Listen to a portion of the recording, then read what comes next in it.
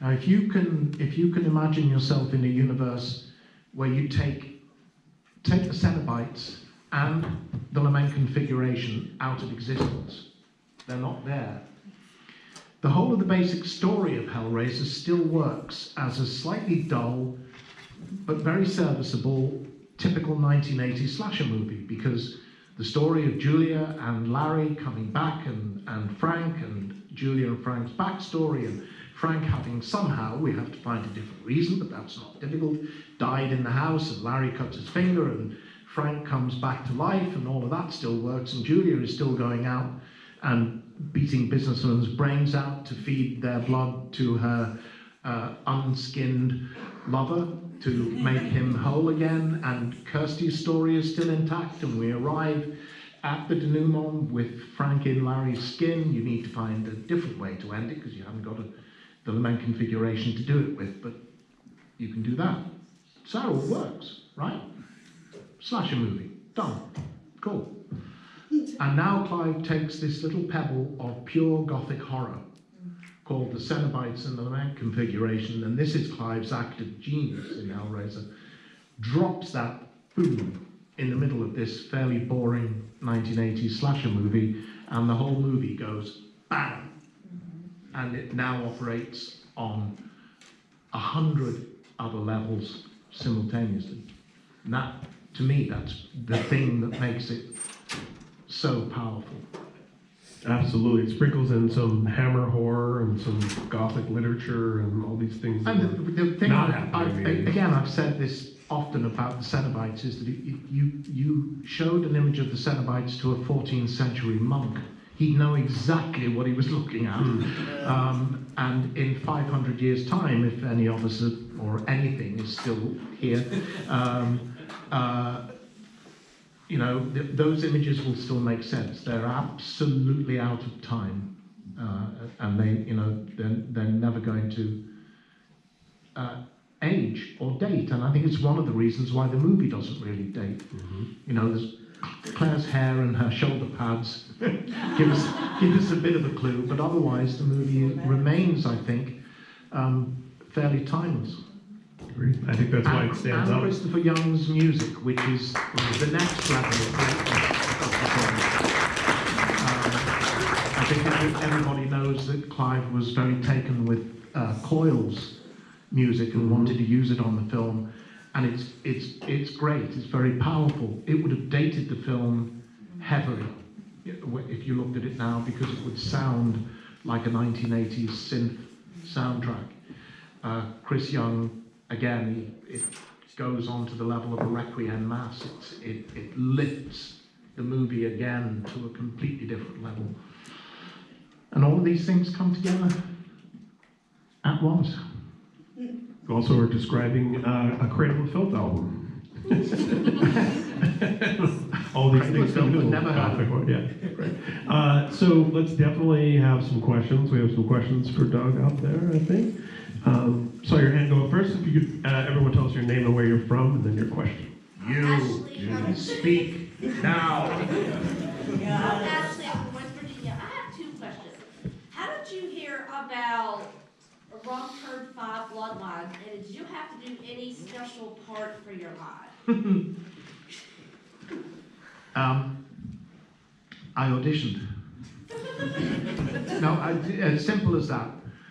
It was simply an agent call, audition for this movie. Now, I didn't want to get it. I don't understand why. Because I was about to. I'm in London.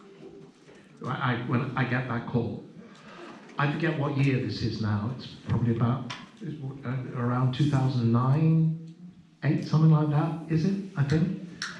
I didn't want to get it because I didn't want. I was about to leave London and come over here to spend time with Steph, who's now my wife, who was sitting at my table today. And I said to her, I've got this audition, and I don't want it, but I have to go. I have to go, yeah. fine. So it's an absolute given that if you go into an audition not really caring if you don't get it, you're going to nail it. Again, no pun intended. And I did the audition, and I came out and I thought I couldn't have done that any better if I tried not to.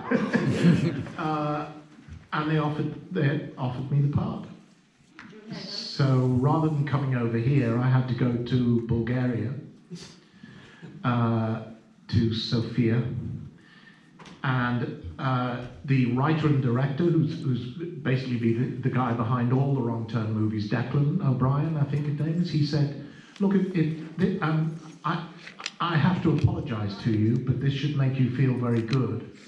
I had no idea who you were.